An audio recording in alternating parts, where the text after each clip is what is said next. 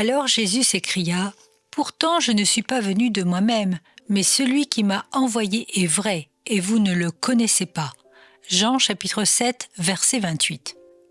Trop de gens croient que la vérité est une chose à laquelle on adhère intellectuellement et qu'elle peut se réduire à un code, tout comme nous acceptons que 2 x 2 = 4. Il y a 2000 ans, les chefs théologiques s'émerveillaient devant Jésus. Ils se disaient l'un à l'autre « Comment connaît-il les Écritures, lui qui n'a pas étudié ?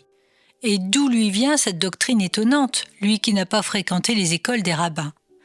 Cette réaction nous montre que pour les chefs juifs, la vérité, et vous pouvez l'écrire avec des majuscules si vous le désirez, était de nature purement intellectuelle, susceptible d'être réduite à un code. Pour eux, la vérité divine n'avait aucune profondeur mystérieuse, rien derrière et rien au-delà, tout simplement 2 x 2 font 4.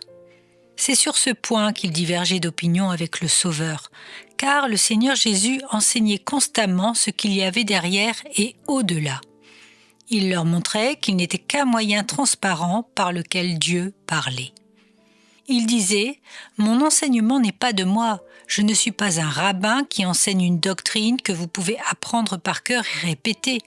Je ne dis rien de moi-même, je dis ce que le Père me donne à dire. » À son époque, comme à la nôtre, le rationalisme ne voit pas au-delà. Il ne voit aucune profondeur mystérieuse, aucune hauteur mystérieuse, rien de surnaturel ni de divin. Il détient le texte et le code et la confession de foi et les transmet aux autres. C'est ainsi que nous mourrons spirituellement.